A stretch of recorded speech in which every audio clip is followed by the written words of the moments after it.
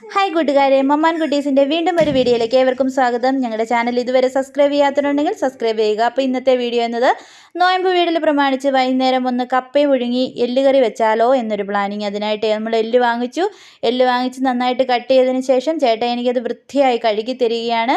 കഴുകിയെല്ലാം വൃത്തിയാക്കിയതിന് ശേഷം ഞാൻ അതിലേക്ക് കപ്പ പുഴുങ്ങാൻ ഞാൻ റെഡിയാക്കി വെച്ചു. അതിനുശേഷം എല്ലിൻ്റെ അകത്തോട്ട് ഉപ്പ്, മഞ്ഞൾപ്പൊടി, മുളക് പൊടി, മീറ്റ് മസാല, സവോള, ജിഞ്ചർ ഗാർലിക് പേസ്റ്റ് സ്വല്പം ഇവയെല്ലാം ഇട്ട് നന്നായി തിരുമിയതിന് ശേഷം കുക്കറിൽ വെച്ച് അടച്ച് വേവിക്കാൻ പോവുകയാണ്. സവോളയൊക്കെ ഞാൻ നേരത്തെ ഇട്ടതെന്ന് വെച്ചാൽ ഇതിൻ്റെ കൂടെ നന്നായി വെന്തിരിക്കും, അതുകൊണ്ടാണ്.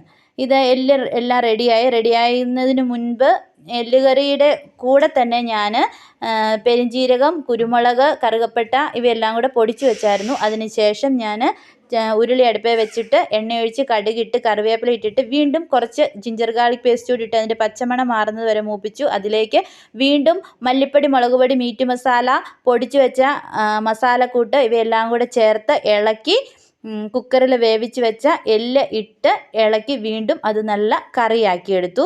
അപ്പോൾ തന്നെ കപ്പയും ഞാൻ അടുപ്പിലേക്ക് വെച്ചായിരുന്നു. കപ്പ അടുപ്പിൽ വെച്ചു, അതും വെന്ത് റെഡിയായി. അങ്ങനെ കപ്പയും റെഡിയായി, എല്ലുകറി റെഡിയായി. ഇനി ഞങ്ങളിത് കഴിച്ചാൽ മതി. അങ്ങനെ ഞങ്ങളുടെ ഇന്നത്തെ നോയമ്പ് വീടൽ വിശേഷം വൈകുന്നേരത്തോടു കൂടി കപ്പയും എല്ലുകറിയോടുകൂടി അവസാനിക്കുന്നു. അപ്പം ബായ്, ഓക്കെ, താങ്ക് യു.